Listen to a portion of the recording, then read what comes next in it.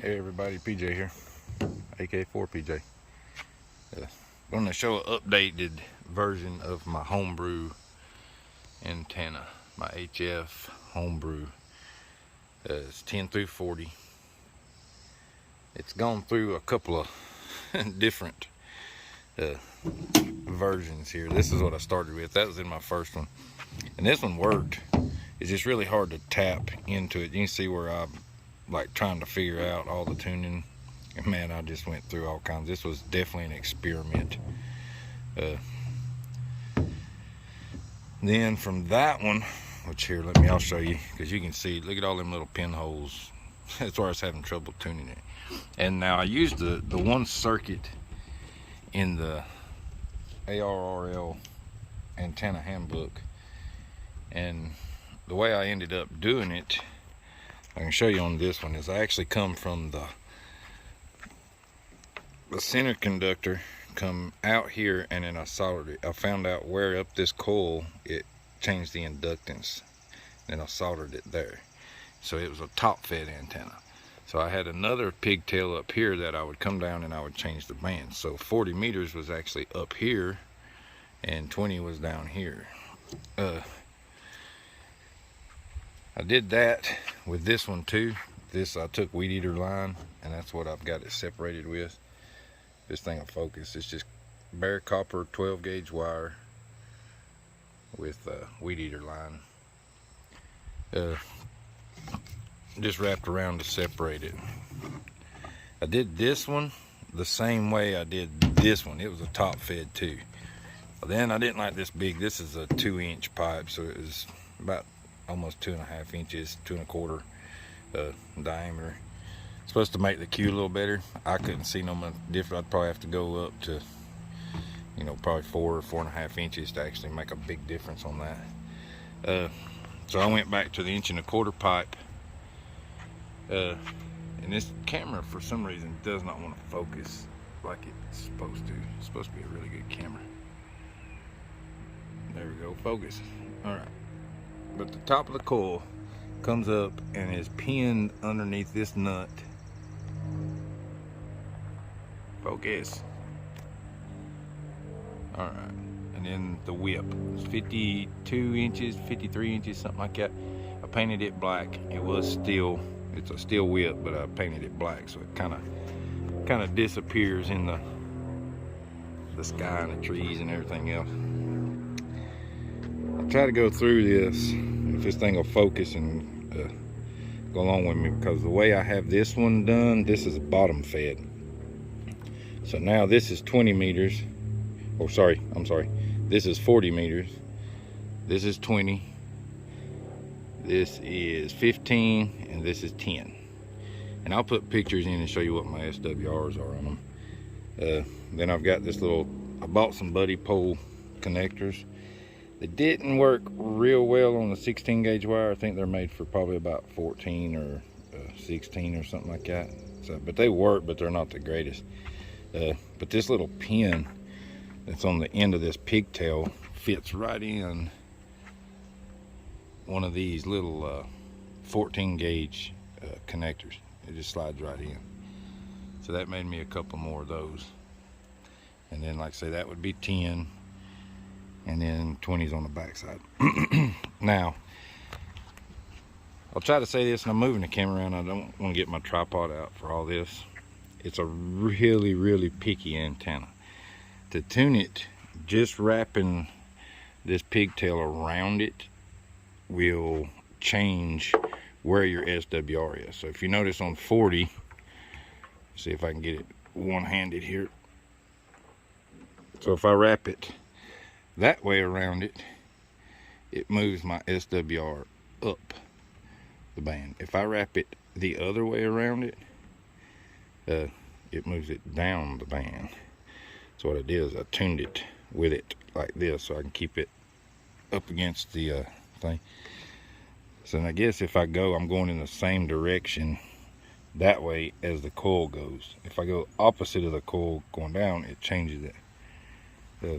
So it's a very picky antenna to tune, especially on 40. 20, not so much, or the higher bands. Over the ground, you don't need this. I put a shunt in here for 40 meters. That just got my inductance, because what I kept running into with it was moving from the ground to the truck. On the ground, I'd get it perfect. It was just right. I mean, it worked good. As soon as I put it on the truck, my capacitance and everything was so bad. It was just so high. So I had to get my inductance down. That's where the shunt comes in. So I'm going to tell how this is put together best I can with you looking at it like this, since I'm kind of rambling back and forth. So again, copper wire from the coil is pinned underneath this nut right here. And this is a 5/16 24 thread for a little CB whip that had been cut down. Then the coil, it goes in the pipe here and then comes back out here, and that just keeps it from loosening up. Same with the weed eater line. It goes in there. I got a knot behind it so I can pull it tight. Then I just wrapped it around all the way down. There's 82 turns on this one. So then it wraps all the way down. The way I have it wired now, the wire and the weed eater line go in right here. The wire comes back out here, and like I say, all that does is locks the wire in place. It's cut off right here. It's not connected to anything down here on the bottom side of the coil. Center conductor from the SO239 goes through and comes out here. That's connected to the center conductor. Then I have a screw here with, you can see I got these 3 eyelet connectors here, or electrical connectors, whatever, I don't even know what you call them. Then a screw that just holds them all together. The main, if you didn't put the shunt on it, it would just be center connector to this jumper, and this jumper changes your bands. Like I say, when you move this up the coil, you can tap into it in different places. So I would actually, the center conductor would be coming from here up to here, and what that does, that electrically either shortens or lengthens the whip. So the whip comes down, and then when you tap in, say here on 20, all of this down here is bypassed. So it's null and void. It doesn't work, doesn't exist to the antenna. You're using from here up on 20 meters. From 40, I'm using from here up. So tap into 40. All I gotta do is that right there.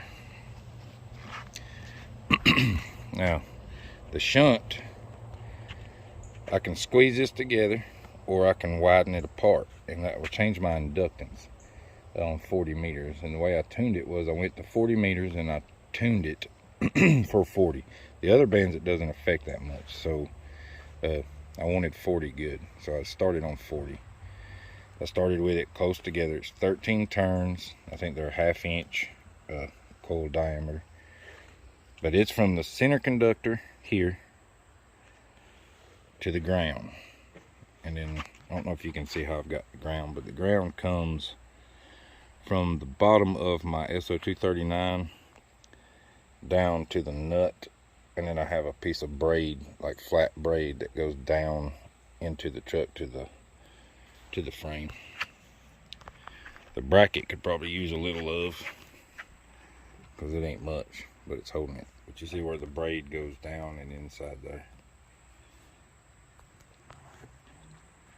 And like I say, what that does, my understanding of the shunt is it is like it was described to me as like a bleed valve for 40 meters. So like on the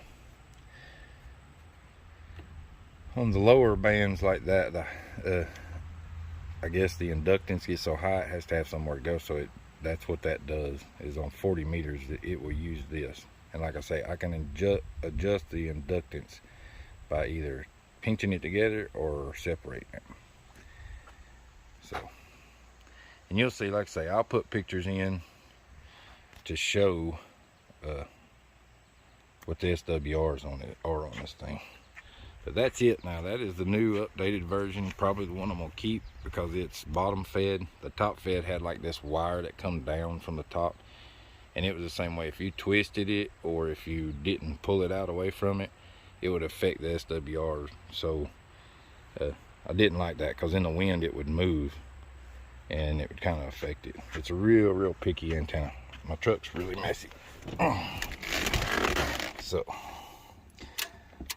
and you think an extra class would know where that is. So I put that there just so, you know, because when you're driving, it's not like you're in the house. You're actually just sitting kind of here watching the road and going up and down. So I know where they're at. Just want to make sure. But anyway, this is 40 meter. Just made contact with this guy on, he's in Virginia. So it's good with on 40, 20, and 10. On 50, it has a 40, it has two lows. And I still got the tuner in here because 40, I'll say this about 40 meters. I can tune it, and I got it a 1-to-1 at like 160 something, 150 something, somewhere around there. It's a really hard band to tune on this antenna because what it wants to do, it's not a high Q antenna. It needs a bigger round coil to make the Q bigger, so it's more wide banded. On 40 meters, the SWR goes up pretty rapidly either direction of where I have it tuned. So by the time I get to 7.300, I'm already probably about a 6 or 7. So I mean, it goes up that much, and there's not much way to change that unless what I did, if I wanted to, I could go out there and put another tap and tune that one and then just move it over. So here, I'll show you what I'm talking about if you didn't understand what I was saying right there.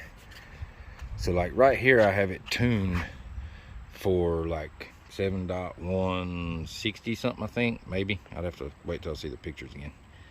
But if I wanted to make sure without having to use my antenna tuner to use, say, like closer to 7.280 or something, where it gets all the way up to like 7 or 8 SWR, I can tune it on here with another tap point, and instead of using my antenna tuner, I can actually come out here and just move that and put it in a new tap. Like I would have one here and then have one here and do it that way. So I don't have to have the tuner. It's just gonna make things a little bit easier. If I stay in certain parameters of the band, certain areas, I'm good. But if I wanted to do it without the tuner, like I say, I could put another, come out here and find out where the 1-to-1 is right here on that higher portion, and then tap into that and then just move that over.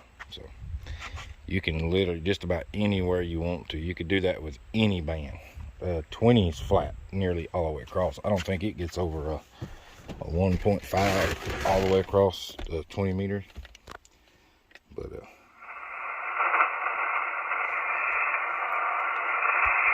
just to see.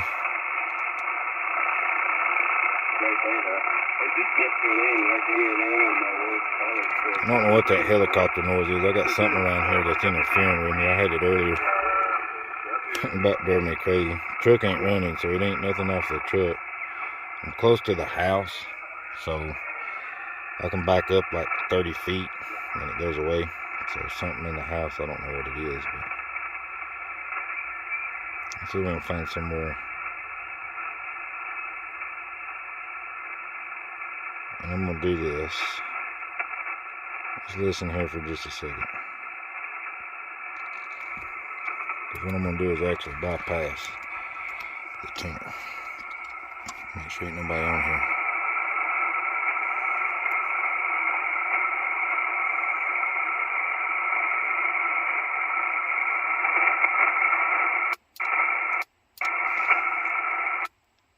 Alpha Kilo 4 Papa Japan testing. See, that's under a 2-to-1. But now I can. Boy, I just went way up.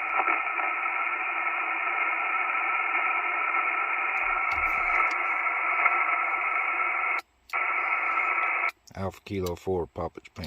Tune up. Alpha Kilo 4, Papa Japan. Alright, tune.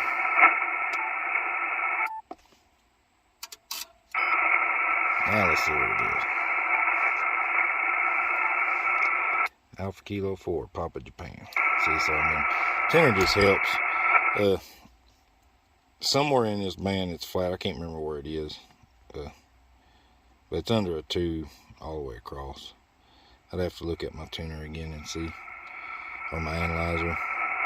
Because I don't remember. I just know it's good all the way across the band, even if it's under a 2 to 1. It might not even be like a 1.7 or something like that, or 1.5 under. Because I mean, when you're looking at this right here, you got different. See how it changes? Alpha Kilo 4, Papa Japan. Alpha Kilo 4, Papa Japan. So I mean, it's like a 1.6, 1.7. It's not bad. I mean, even if you just don't like seeing that, you can turn that back on. And I mean, yeah. So that's checking my SWR. It checked it. It's good to go. Should be anyway. Alpha Kilo 4, Alpha Kilo 4, Papa Japan, clear. Another way to do that would be put that in CW mode, and I wouldn't have to worry about saying nothing. I ain't heard nobody. Bands are pretty crappy today, really. But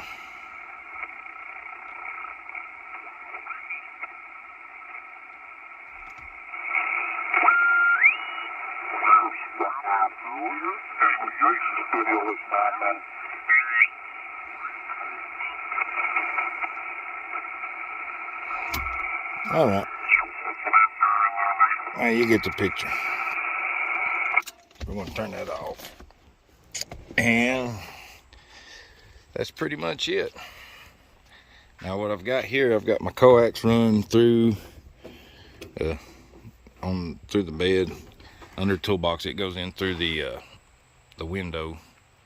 And there's a little slit that goes perfectly. Man, that fits right in there. The bracket, I showed that in the other one. This will slide right up under this piece of metal here. So when I want to take it out, all I got to do, unhook the coax and the power and slide it out. The whole thing comes out. Pretty easy, actually. But that's it. Really simple to make. It took, well, I say simple, it took me a while to figure out because I used 3 different circuit schematics that I could actually use. This one ended up being the easiest to tune because the other one I had to find. I actually made basically a matching cord down here at the bottom with the center conductor, and then I would tune it from down here. So I had this big old wire hanging off. This is a lot neater, and it really doesn't stand out on my truck at all. I mean, you can see it. It's not that bad. Lot less than that big 2-inch one I had there.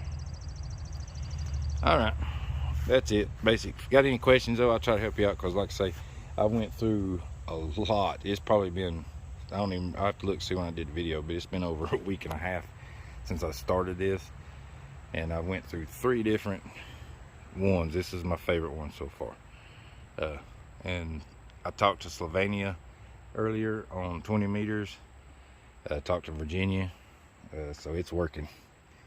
And I talked to Roger right across the hill over there just to make sure. But y'all have a good one. I'm gonna get off here before this thing reaches 20 minutes. Let you look at it one more time.